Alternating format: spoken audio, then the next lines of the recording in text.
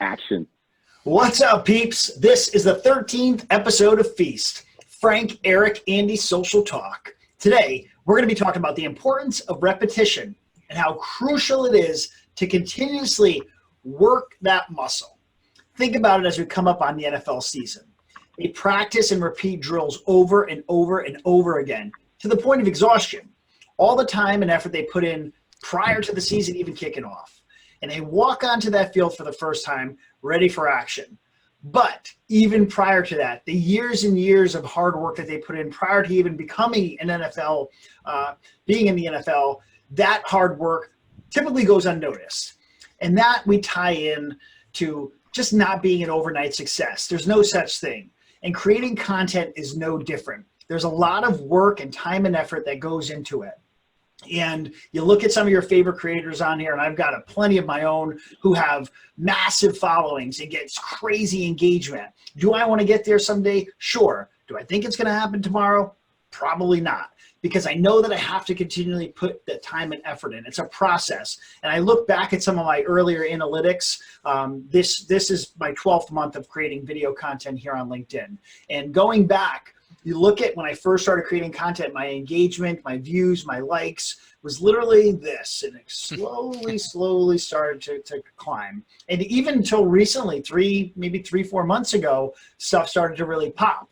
But when I first started creating content, I went into it with the mindset. Don't do it for likes. Don't do it for the views. Do it because you know you're putting out something that's genuine and that you're going to try to resonate with someone because you're trying to connect with just one person out there. And if you do that, you'll really go into it knowing that as your engagement reaches, you stick with that principle. You're creating genuine content, you're sticking true to who you are, and you're going out there to really try and educate those who are going to take the time out to consume that content. So Eric's got some great tips. Eric, what do you got for us? All right, Frank. Well, look, if anybody knows me, I don't know anything about much. I certainly don't know anything about football, so I got to talk about the O's, right? Look at the Baltimore Orioles. They're not the worst team in Major League Baseball this year. They're second or third worst, so almost.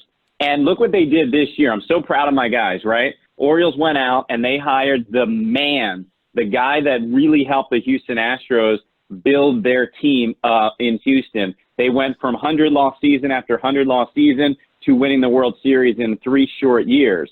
Will that happen in Baltimore now that they got the same team that did it, the analytics guy and the general manager?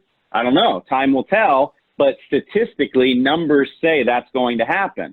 How does that apply to you in social media? How does that apply to you with your engagement? I just had a phone call just the other day with a buddy of mine who was kind of moaning a little bit and complaining, honestly, and opening up about how he's been working in social media, doing some videos here and there over the last month or so, and his engagement is not where he thinks it should be or where he wants it to be or candidly where he was hoping it would be. And look, you don't get a body like this from working out. I'm no Frank. I'm certainly no Andy either. So it's hard to use the gym analogy. But, guys, social media is no different. You can't hop on social media once or twice every week and then expect your numbers to pop and explode. It's got to be a consistent routine day in and day out. Notice I didn't say week in, week out. I said day in and day out, but that's up to you to figure out what works best in your world. Andy, what say you? Yeah, I'm going to stay with the sports analogies here. I'm going to reference an analogy my speaking coach, Jerry Sandusky, told me. Yes, his name is Jerry Sandusky, folks. And he talked about Joe Montana. Joe Montana was never the best athlete, never the best quarterback athletically in the NFL, didn't have the greatest arm, wasn't the most accurate, but he's one of the greatest passers of all time. Why?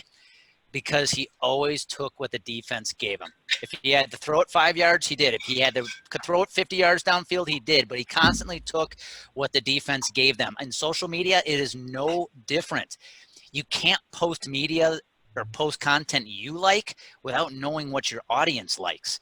You have to figure out what it is your audience likes to hear from you, and then just keep posting that content. Take what the defense is giving you. Take what your audience is giving you. So my tip is, when you post content, Frank talked about you got to put in the work. Eric talked about being consistent. And then you got to post what your audience wants to hear, not just what you want to post. So hope these pieces of information have helped. It's a great way to kick off the NFL season. Eric and Frank, if you don't have anything else, Feast 13 is done, and we will be back soon with Feast 14. I am out. Go Patriots, baby. Make it a great day, guys.